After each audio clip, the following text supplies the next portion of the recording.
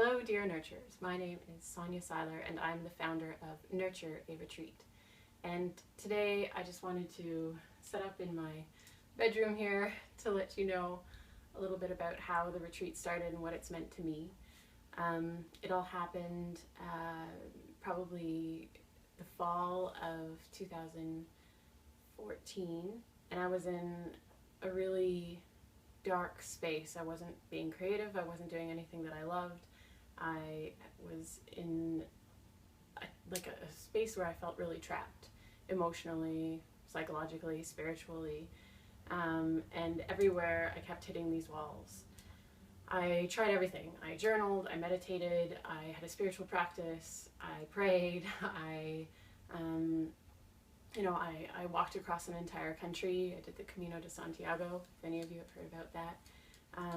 All of which did have an effect, but it wasn't breaking through to the real core issues. And what I found was that I reached a bit of a breaking point where I just simply couldn't go any further. I kept thinking it was something that was outside of myself, which would be the thing that inevitably made the difference. You know, if I only prayed enough, or if I only journaled enough, or if I only attended enough services, or if I gave of myself enough, then maybe I would be worthy and things would be okay. I would feel okay inside.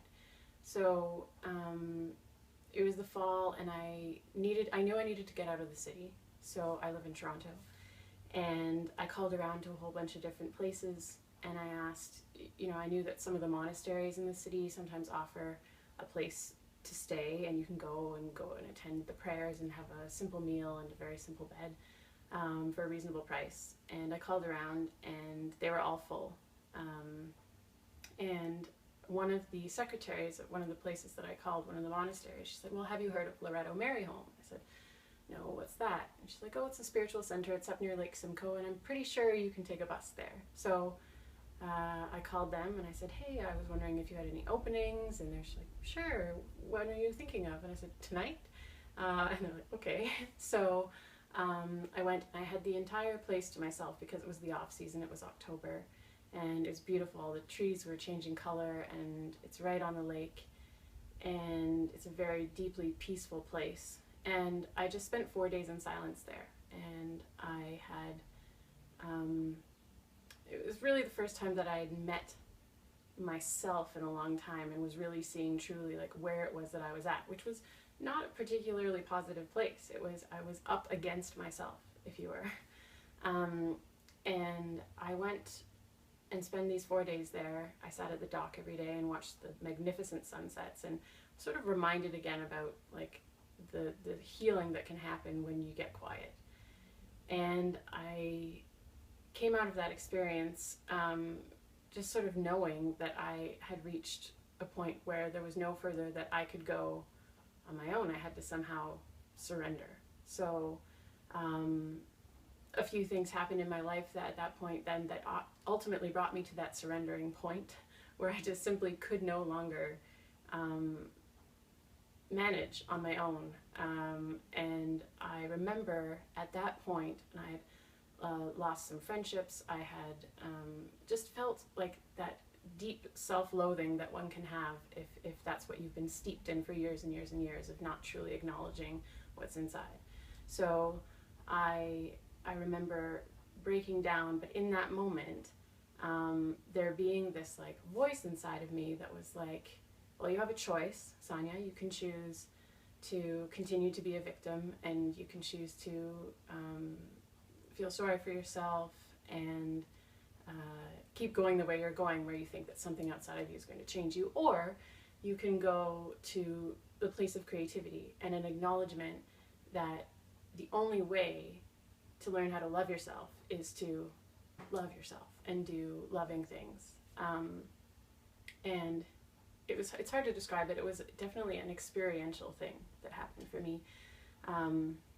And just this feeling of already being loved for exactly who I am, even in that moment where I felt my most despicable.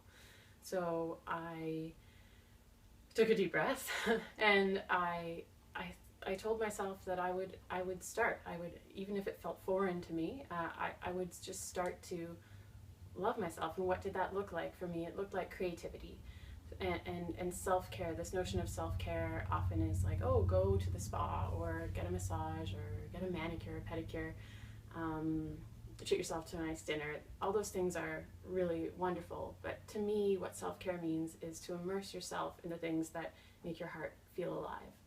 And for me, that's music, it's singing, it's some sort of creative expression, artistic, I like making collages and writing. I really love to write, and cooking is a huge area of creativity for me. So I started to immerse myself in those activities, the things that bring me love, the things that make me light up when I talk about them. And they acted as a balm for sort of that wounded part of myself that had been so harsh and judgmental and condescending to me.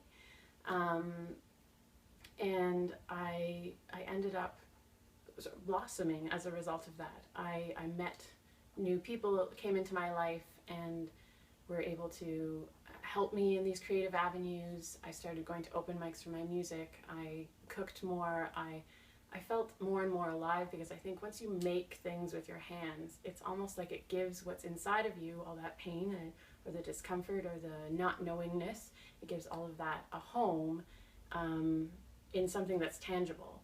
Because I don't know about any of you, but I'm the kind of person who really likes to be up in my head a lot and dissecting everything. I could tell you for hours where I think all of my problems come from, but it was the actual act of putting what's in me, all of my feelings and my emotions, and putting them on the page or in a song or in a pie and working with them in that way. And it felt creative, and it made me feel alive, and it made the feelings, the emotions themselves, which just need to be felt, it made them less scary, and it made them feel approachable, even the ugliest ones. And through working with them, those parts of me, those emotions, I got to know myself better and love myself. And that feeling is one that it's indescribable, and it's something that I really, really felt motivated to share. I just wanted to yell from the rooftops, like, be creative, everybody, that's the way out. So I had a very serendipitous experience where I got off the streetcar one day outside my house, and normally I keep walking in the same direction that the streetcar goes, but something told me, no, go the other direction today, for whatever reason. And there's a store there, a storefront that had recently changed over into something new, and I thought maybe at first it's a yoga studio. But I went to the door, and I sort of looked and was like, what's in here? And there was a lady there who was blonde and very vivacious and was sort of waving at me, saying like, come on in, come on in. And so I did, and she introduced herself. She says her name's Heather, and I asked, what is this place? And she said, oh, it's a co-working space for women. It's called Women on the Move. And I was like, oh, that's cool, that's a great idea. And she just asked me, she looked me like deep into my eyes, and she just said, so what's your dream? And I don't think anyone had asked me that in a really long time, or I wasn't even sure I knew how to answer. But then it all just came spilling out, and I told her about this idea that I'd had since I was a little girl to buy an old farmhouse and restore it and make it into a place that's very welcoming and nurturing, and is almost like a bed and breakfast for creative people in a sort of cooperative community feel. So you could be a writer or a filmmaker or a theater group and workshop a play in the barn, or there's an old shed and it's turned into a music studio, and there's writers and painters and artists, and you can stay there for less money because you would be helping out in the garden, say, or helping to prepare the meals, which then would all be communally shared around a big old harvest table. And it's all very idyllic in my mind. But Heather listened to me, and she said, oh, that's an amazing idea, Sonja. I don't have a magic wand to give you your farmhouse, but she said, have you ever considered distilling all of this into a weekend retreat offering and renting someplace and seeing if that's something that you might want to do? And I thought, like, whoa, I hadn't considered that. So I went home and I wrote up a proposal, sort of like an overview of what my ideal retreat would be, you know, not with any sort of budget in mind, but just what I really felt was on my heart to offer in this kind of thing.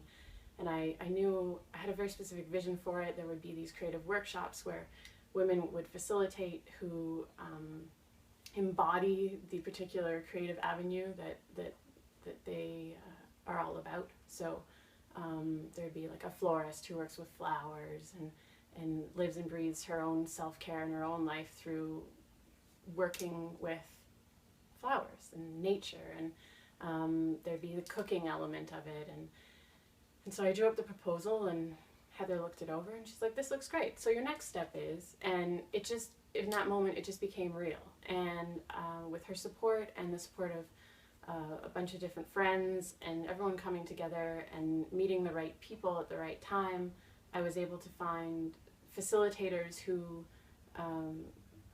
were exactly what I had imagined. These women who live and breathe the creative work that they do, and were able to then offer how that transforms them to the women who attended our first retreat, which was in fall of 2015. And we had a retreat in homemade apothecary, so we made homemade bath salts and scrubs, and we did therapeutic art journaling, and we also did floral work, foraging on the grounds. And to bring it all full circle, I rented and we held a retreat at Loretto Mary Home, which is where I first had those 4 days of silence and rejuvenation in October of 2014. So it was an amazing thing to come full circle in that way, and the retreat has just grown as a result, because I think this is something that resonates with a lot of women and men as well.